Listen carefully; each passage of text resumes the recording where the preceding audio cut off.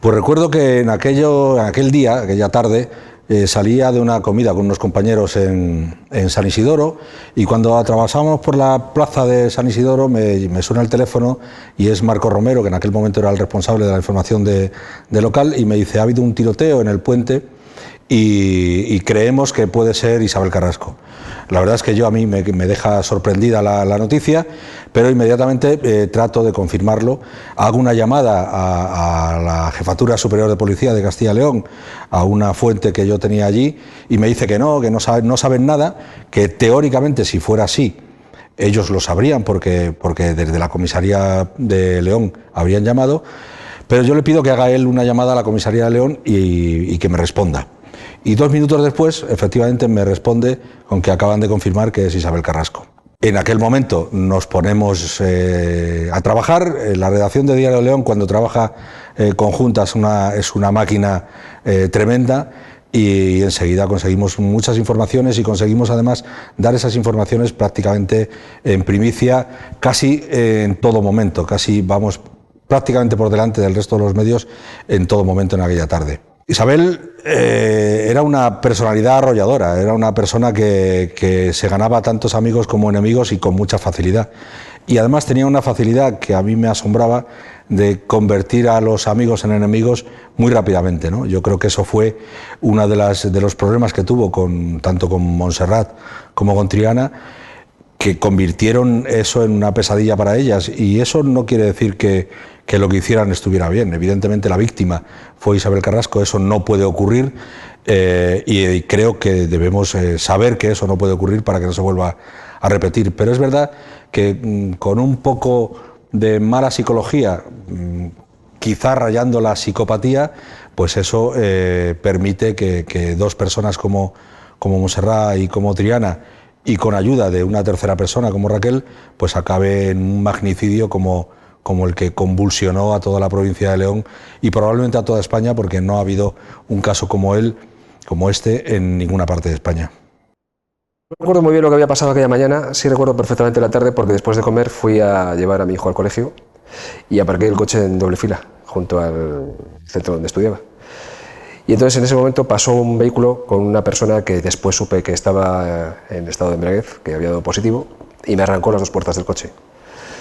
Entonces el accidente me trastocó toda la tarde, y lo primero que hice instintivamente fue salir corriendo a buscar a un policía para comunicarle lo que había sucedido y bueno, pues que tomaran cartas.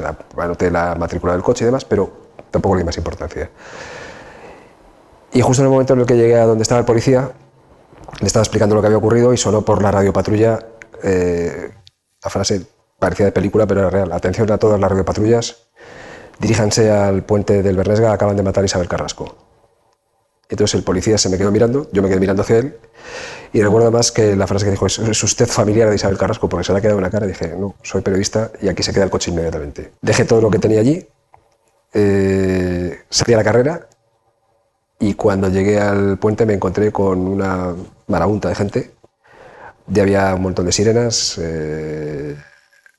creo recordar que habían cubierto el cuerpo ya con una sábana, y lo primero que hice fue llamar al periódico. Y nuestro entonces jefe de la sección de local, Marco Romero, me cogió el teléfono y le dije: te juro por Dios que esto no es una broma, acaban de matar a Isabel Carrasco. Y entonces lo que ocurrió después en el periódico ya no lo sé, porque yo ya no estaba en redacción. Sí que me lo han contado después, pero eso fue la forma en la que yo me enteré, y en la que, si no recuerdo mal, fuimos los primeros en informar de la noticia, porque se habló en algún otro medio de que había habido un tiroteo, pero los primeros que supimos que la fallecida era la presidenta de la Diputación Provincial fuimos nosotros, por esta circunstancia que estoy contando. Isabel Carrasco fue una especie de exponente de un poder absoluto que pocas veces se ha tenido en León, y de una manera que hoy en día resulta, yo creo que muy difícil de explicar. Prácticamente no tenía ninguna contestación.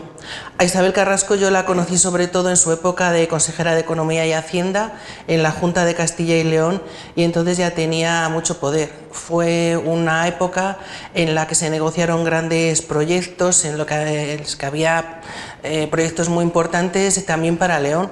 También en el caso de la economía leonesa, unos de ellos fueron fallidos, pero otros son hoy parte importante de la de la actividad económica leonesa.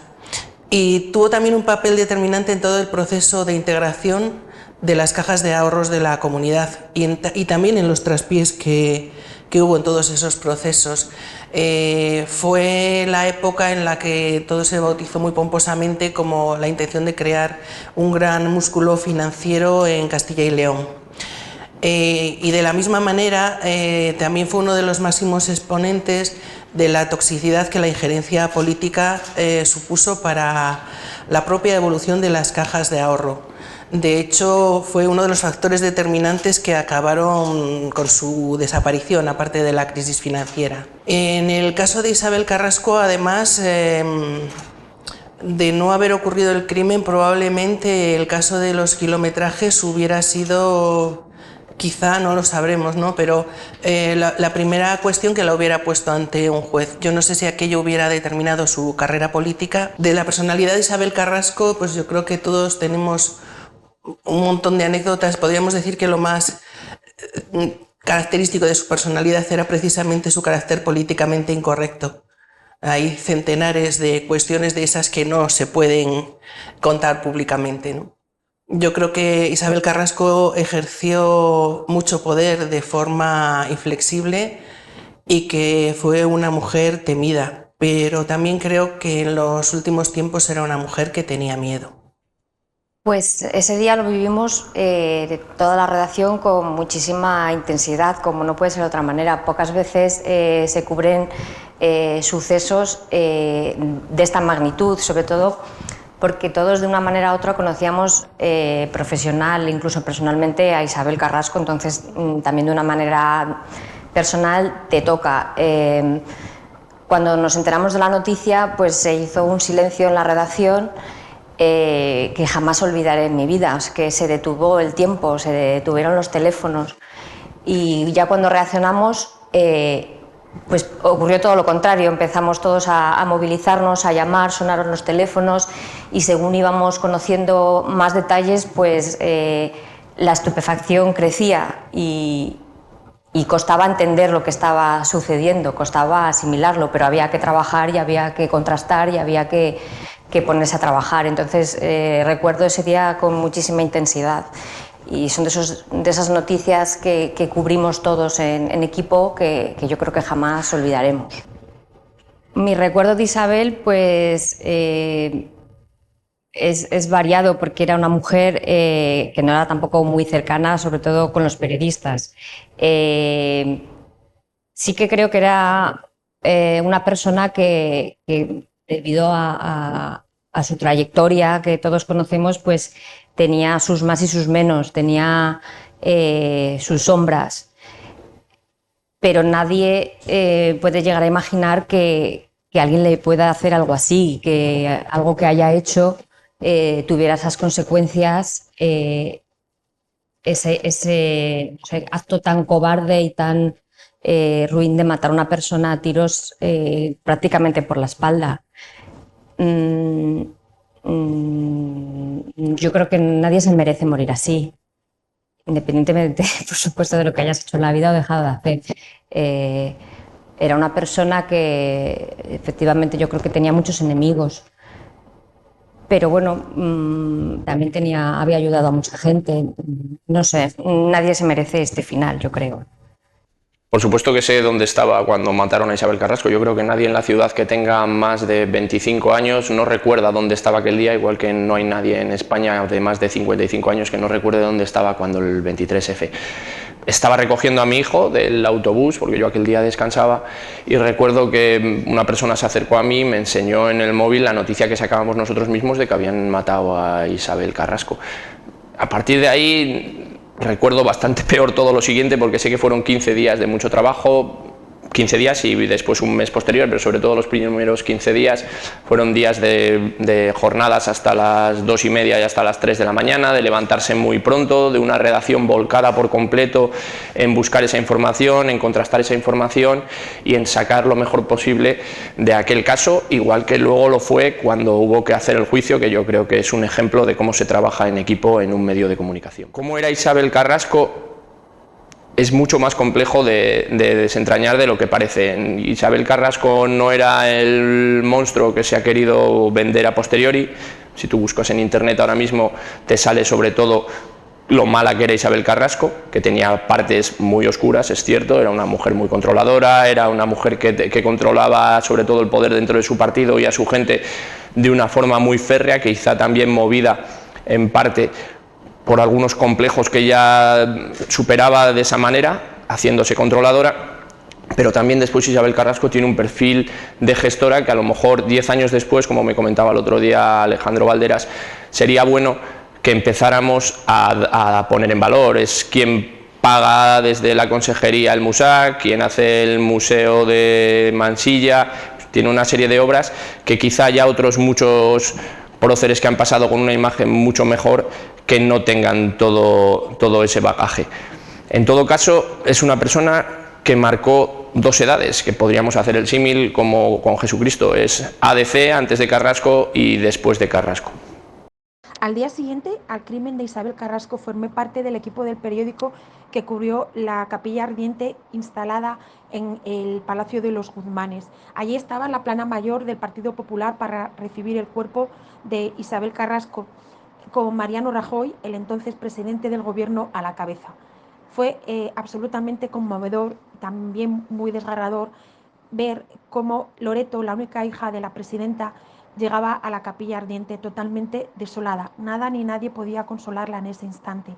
Desde la institución provincial se convirtió en la mujer más poderosa de León y no solo dominaba la vida municipal rural, sino toda la estructura de su partido. Era tremendamente exigente con ella misma y con todo el equipo que lo rodeaba.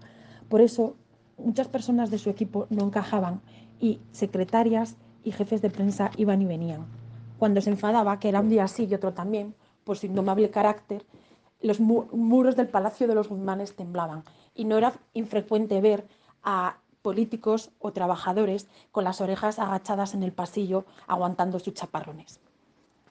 Es cierto también que llevó a la Diputación al siglo XXI, después de recibir una institución totalmente anquilosada prácticamente en el siglo XIX. Introdujo las nuevas tecnologías, la administración digital y otros modos de hacer política que trajo de la Junta. Fue un auténtico shock conocer la noticia, pensar que era mentira, que no podía aquello haber sucedido, y también todo lo que se nos pasó por la cabeza sobre quién había podido hacer aquello, ¿no? Asesinar a la presidenta de la Diputación de León. A mí me tocó sobre todo, lo que más recuerdo fue el día del funeral, la capilla ardiente en el Palacio de los Guzmanes, todas las galerías desbordadas de flores, toda la gente que acudió desde todos los cargos del PP, el presidente del gobierno, hasta la familia, desde el exmarido, antiguos compañeros de Isabel Carrasco, es decir, todo el mundo, ¿no? Y luego ya fue la misa funeral en la catedral, que recuerdo que a mí me impresionó mucho. Bueno, fue larga, fue un funeral largo, se habló en la homilía y demás, pero me impresionó mucho la canción que entonó el coro que cantó la misa, que es la canción de al atardecer de tu vida nos examinarán del amor. Esta letra se me quedó grabada y cuando estaba cubriendo el juicio, que fue como 1 año y medio después, me tocó ser parte del equipo del Diario de León, que cubrimos la vista oral en la audiencia provincial. Pensaba que a Isabel Carrasco no se la estaba examinando del amor, se la estaba examinando de toda su vida política y de sus miserias humanas, porque en aquella sala la víctima del asesinato se convirtió en la culpable. Durante varios días, durante todos los primeros días del juicio, Isabel Carrasco no fue una víctima, fue como la acusada, invisible, la que no estaba presente, pero era como la acusada, ¿no? De todo lo que había pasado, parecía que era culpa de ella. Y hasta que el día que llegó el forense, Ignacio Alija Merillas, y puso sobre la alfombra de la audiencia el relato de la muerte de Isabel Carrasco, que fue estremecedor, como ahí se colocó a la víctima en el centro y fue realmente impresionante conocer cómo llegaron las balas que le impactaron, los 3 disparos y las 2 balas que le impactaron, cómo llegaron a su cuerpo y cómo se produjo la muerte con la exactitud que lógicamente el estudio forense determinó en el tiempo en que ella permaneció con vida desde que el primer impacto hasta que finalmente fallece a los pies, en la pasarela del Bernesga, ¿no? Para mí eso fue lo más impactante del juicio, aparte de todos los episodios de desconcierto que hubo y demás, y de que hubo una sentencia que fue firme y que hay 3 personas condenadas y que están cumpliendo condena, que son 3 mujeres también. Ese carácter, digamos, o esas formas que ella tenía, arrolladoras, muchas veces fueron aderezadas con la visión machista que de las mujeres se tiene en el poder. Muchas veces se la juzgó por lo que vestía, muchas veces se la criticó por su forma de encarar su vida privada, etc. Y eso, que no se hace habitualmente con los hombres, ella fue blanco.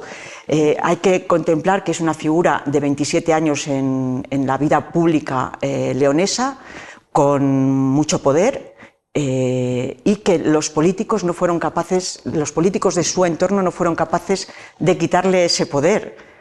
La derribaron, como he dicho, 2 militantes del PP y una policía local, y ahí se cortó la historia después de 7 años como presidenta de la Diputación.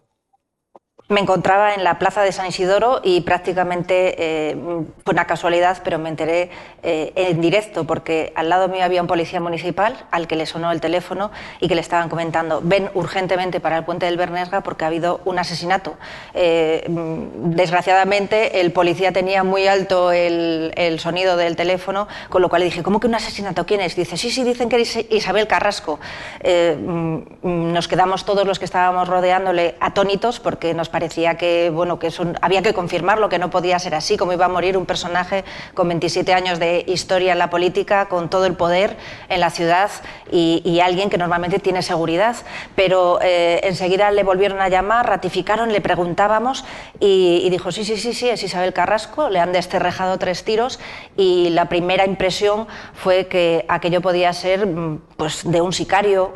Nadie se podía imaginar en aquel momento, viene una lista de personas que podrían haber querido atacar o acabar con la vida de esta persona, de esta política tan influyente, pero poco a poco pues, el policía evidentemente se tuvo que marchar corriendo. Yo ya llamé al periódico, en el periódico ya había llegado el tiroteo, ya había llegado que se estaba confirmando que era Isabel Carrasco, y todo sucedió de una manera vertiginosa. Desde luego, la sensación, por lo menos a mi juicio, fue que aquella noticia era de la envergadura del 11S, donde cuando nos enteramos y todos vimos por televisión lo que estaba ocurriendo en las Torres Gemelas, subimos espontáneamente al periódico y empezó a ponerse toda la maquinaria de contar las noticias, de encontrar a leoneses y de contarlas bien. A Isabel Carrasco, si algo no se le discutía, era su gran capacidad de trabajo, vivía por y para la política, y también su inteligencia, una inteligencia que le llevó a mantenerse durante 27 largos años en el mundo de la política, a surcar todos los puestos más importantes de la ciudad e incluso en Castilla y León. Y a pesar de toda esa importancia que ella adquirió y que tenía un carácter de mando, detrás de ella pocas personas conocieron también sus puntos de debilidad. Había momentos, sus íntimos lo cuentan, que era una persona profundamente herida, vulnerable, débil, y seguramente estaba relacionado porque le gustaba rodearse de gente que era también, digamos, gris, o que a lo mejor no tenía la valía de ella, pero que sí tenían una característica común, que era el ser fieles completamente, el decirle que sí a todo lo que ella manejaba. Entonces eso te puede dejar en una soledad tremenda, porque si solo te dicen sí a lo que tú quieres oír, pues poco más puedes hacer. Bueno, aquel día yo me encontraba en la redacción, justamente, y nos enteramos de que había habido un tiroteo en la Condesa. En aquel momento solo se conocía que había sido una mujer la que había resultado herida, tampoco sabíamos si había resultado muerta, y fue cuando un compañero dijo en voz alta que había sido Isabel Carrasco. O sea, todos nos quedamos completamente impactados. enseguida empiezas a cavilar cómo puedes contribuir a ese hecho. Yo llamé a un conocido, a un amigo que vive justo enfrente del puente donde ocurrió el asesinato y que él tiene una buena cámara y su piso era bastante alto, así que le pedí una fotografía para poder publicarla rápidamente en la edición digital del periódico. Y así fue, o sea, le envió la fotografía y yo creo que fue la primera que se publicó desde una perspectiva muy buena del crimen. Bueno, yo con Isabel tuve no un contacto muy intenso, si queréis alguna entrevista, y bueno, la considero una mujer con muchísima fuerza, arrolladora, tanto a nivel personal como a nivel político. Y bueno, sí recuerdo las contribuciones que hacía como presidenta de la Diputación, que pasó por una época bastante difícil, porque fue en plena crisis del 2012, y cómo se dedicó, con sus conocimientos previos de economía, que había sido consejera de Economía de la Junta, a ajustar los gastos y los ingresos y los presupuestos de la Diputación al máximo, reducir esa deuda tan grande que tenía entonces la Diputación, cómo unificó todos los planes de obras en un único plan provincial, que es a día de hoy el que todavía funciona, creó el primer plan de empleo para dinamizar un poco las contrataciones en los pueblos a través de los ayuntamientos. Y bueno, inevitablemente la polémica que iba siempre a su alrededor, porque claro, tenía mano de hierro en el control del partido y nadie se atrevía a decir delante de ella lo que pensaba de ella, en realidad, ¿no? Así que todo era contubernios y todo eran corrillos. Y claro, la resolución final de Isabel Carrasco era algo que no se esperaba a nadie, pero yo estoy convencida de que si no hubiera sido como fue, unas circunstancias tan excepcionales el localizar a las asesinas, a día de hoy todavía estarían buscando quién mató a Isabel Carrasco. Yo recuerdo aquel día me tocaba descansar, estaba descansando, no estaba en la redacción y estaba tomando el café en una cafetería y de pronto empezó un murmullo general, la gente empezó a mandarse mensajes por el móvil, yo no sabía muy bien qué pasaba hasta que una persona que estaba conmigo me enseñó un mensaje de WhatsApp ya anunciando que habían asesinado a Isabel Carrasco. Recuerdo que llamé inmediatamente a la redacción, todos los compañeros ya estaban trabajando en el tema, y me dijeron que participara en todo eso desde la calle para ir reportando un poco cuál era el ambiente de la gente fuera de lo que estaban trabajando mis compañeros en la investigación y en todo el curso del asesinato. A última hora de la tarde me llamaron de la redacción para que me incorporara al día siguiente al tanatorio. Estaba todo previsto que el funeral fuera en la Diputación, pero la hija de Isabel Carrasco, Loreto, pidió despedirse de su madre en la intimidad con su familia. Entonces eso ordenó a cambiar todo el protocolo del entierro y a primera hora de la mañana yo me planté en el tanatorio, como habían pedido, unos minutos antes de que llegase Loreto y la familia. No había casi nadie en el tanatorio y cuando ella entró pues en un estado bastante afectada, llorando, apoyada en el brazo de su novio y con las hermanas de Isabel Carrasco. Entraron ellos, entraron a la sala donde se atiende a las familias durante el entierro y ella lloraba constantemente preguntándose por qué era lo único que decía, ¿no?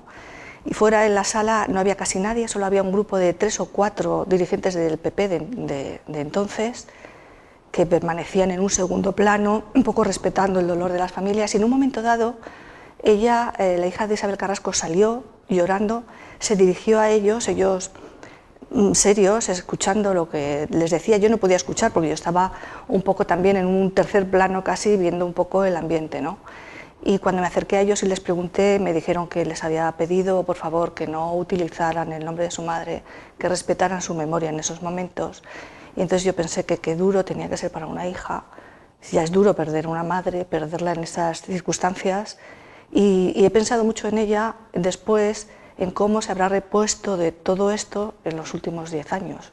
Cómo alguien puede superar, aparte de todo lo que se ha hablado de Isabel Carrasco, de cómo era como política y tal, ¿no? Cómo una hija puede o su familia, sus hermanas, afrontar un asesinato de un familiar de esta envergadura. Yo conocí a Isabel Carrasco cuando yo llegué a León a trabajar al Diario de León, era en 1990, y entonces estaba ella de delegada territorial de la Junta, creo recordar, y era una persona muy cercana, muy afable, muy campechana.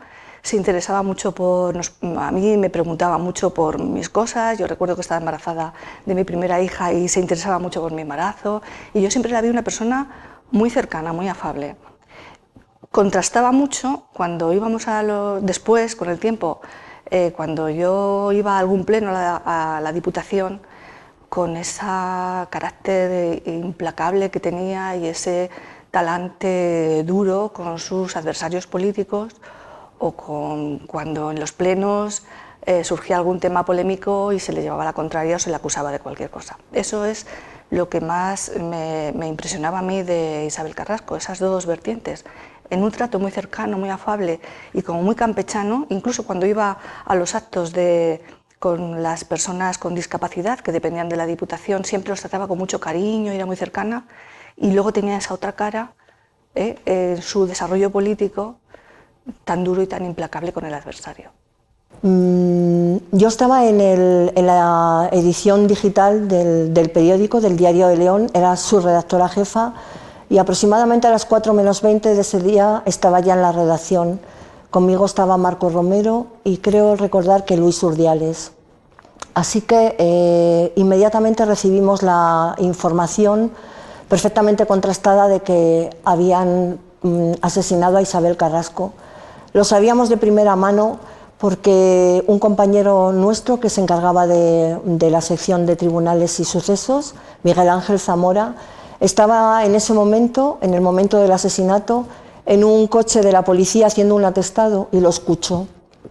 Así que teníamos la información de primera mano e inmediatamente recibimos una fotografía de un vecino que nos la pasó y bueno, tuvimos ahí la segunda confirmación de la muerte de Isabel, del asesinato de Isabel Carrasco, porque llevaba unos zapatos muy característicos y en la fotografía que nos pasó ese vecino se veían claramente una mujer rubia tirada en el suelo y el zapato fuera del pie.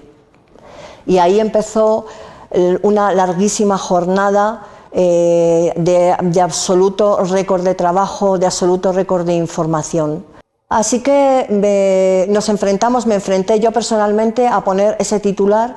Mientras yo escribía el primer avance de la noticia, Marco Romero telefoneó a Isabel Carrasco, que obviamente no cogió el teléfono, y Luis Urdiales creo que fue la persona que llamó al vicepresidente de la Diputación, que confirmó por tercera vez ya que efectivamente Isabel Carrasco había sido asesinada. Pero la información era tan fuerte, era tan impensable que sucediera eso, que no podíamos poner que había sido asesinada, porque es que era superior a todo lo que habíamos pensado en nuestra vida profesional.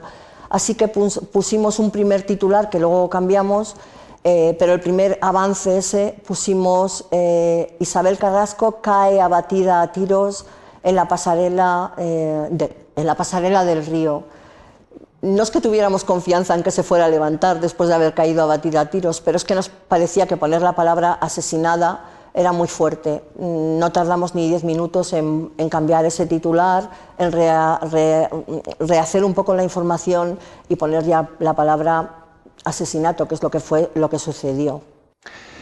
Ese 12 de mayo de 2014 no solo se acababa con la vida de un ser humano de una manera abrupta, sino que también se acababa con una etapa política que había ejercido Isabel Carrasco con mano de hierro durante años dentro del Partido Popular. Y llama poderosamente la atención que 10 años después exista una frialdad que se mantiene desde el mismo momento del crimen en la sociedad leonesa respecto a esta efeméride.